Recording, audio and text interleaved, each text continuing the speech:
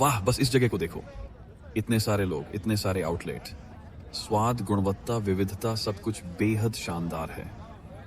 यही वह सफलता है जिसे मैं अपने ब्रांड के लिए चाहता हूं। हाँ, यह प्रभावशाली है, लेकिन यहाँ आना आसान नहीं था। हाल ही में मैंने उनकी यात्रा के बारे में पढ़ा है। यह सब आसान नहीं है।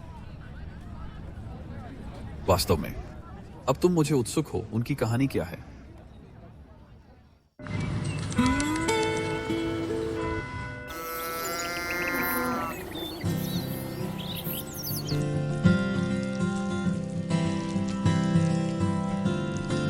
हरलान डेविड सैंडर्स का जन्म 1890 में हेनरीविले में हुआ था।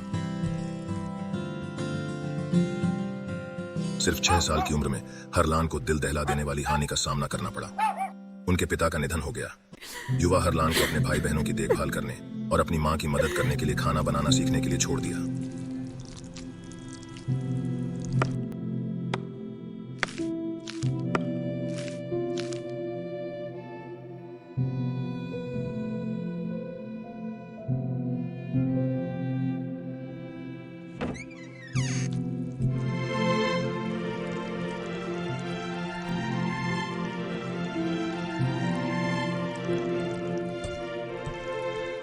हार्लन, तुम इतना अच्छा काम कर रहे हो।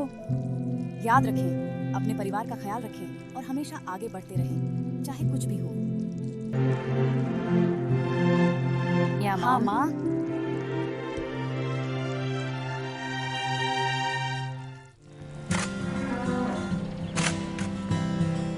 हरलान को जल्दी बड़ा करना पड़ा।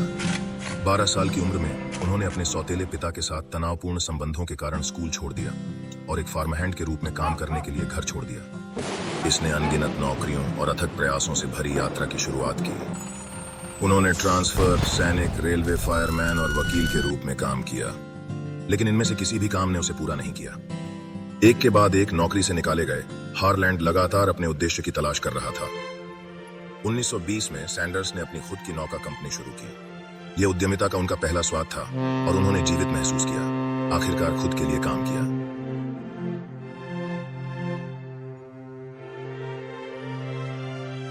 यह दीपक डिजाइन बदल देगा कि लोग अपने घरों को कैसे प्रकाशित करते हैं। चलो शुरुआत करें। लेकिन जब उन्होंने दीपक निर्माण व्यवसाय में विस्तार करने की कोशिश की तो उन्हें पता चला कि किसी ने उसे बेहतर उत्पाद से हराया था। फिर भी इससे उन्होंने हार नहीं मानी। 1930 में सैंडर्स ने कॉर्बिन की में एक कैफे खोला जो एक गैस स्टेशन से जुड़ा था।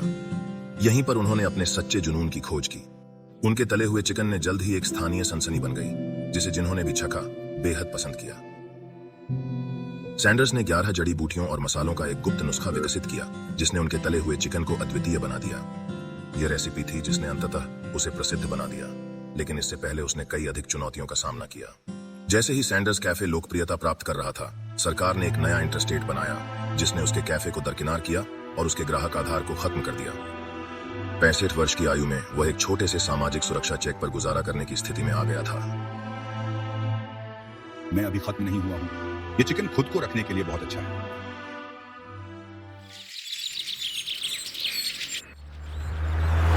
65 वर्ष की आयु में सैंडर्स ने एक बड़ा कदम उठाया, केवल अपनी कार और गुप्त नुस्खा के साथ। वह सौंदर्य के चारों ओर चला गया, रेस्तरां मालिकों के लिए अपना चिकन पकाने की पेशकश की, जिसमें बेचे गए प्रत्येक चिकन के लिए एक छोटी सी शुल्क थी।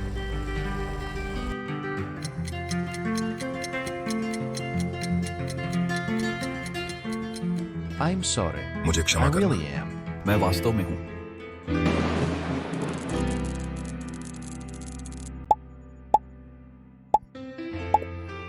एक और शहर, एक और नया अवसर।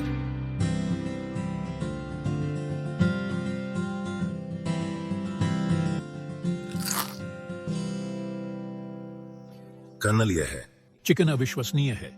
हमें इसे मेरे रेस्तरां में परोसना होगा। 1000 से अधिक अस्वीकृतियों के बाद सैंडर्स को अपना पहला साथी पीट हार्मन में मिला, जो साल्ट लेक शहर में एक रेस्तरां के मालिक था। हार्मन वह था जिसने केंट की फ्राइड चिकन नाम बनाया, जो जल्दी से एक हिट बन गया। KFC फ्रेंचाइजी तेजी से पूरे देश में फैलने लगी। जब सैंडर्स 74 साल के थे, तब तक संयुक्त राज्य अमेरिका और कनाडा में 600 से अधिक KFC आउटलेट थे।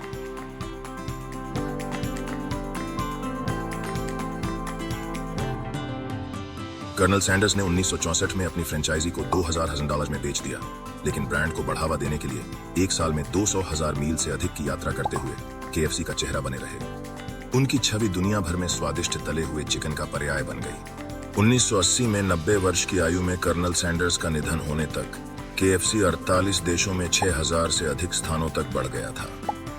आज इसकी 118 देशों में 18,000 से अधिक आउटलेट हैं, जो कर्नल की भावना और दृढ़ संकल्प का सच्चा प्रमाण है। कर्नल सैंडर्स का जीवन यह याद दिलाता है कि सफलता आसानी से नहीं मिलती है। उन्हें अनगिनत असफलताओं और अस्वीकृतियों का सामना करना पड़ा, लेकिन कभी हार नहीं मानी। उनकी कहानी हमें दिखाती है कि दृढ़ता का परिणाम प्राप्त होता है। फिर से शुरू करने में कभी देर नहीं होती है, और अपने सपनों पर विश्वास करना उन्हें सच बनाने का पहला कदम है।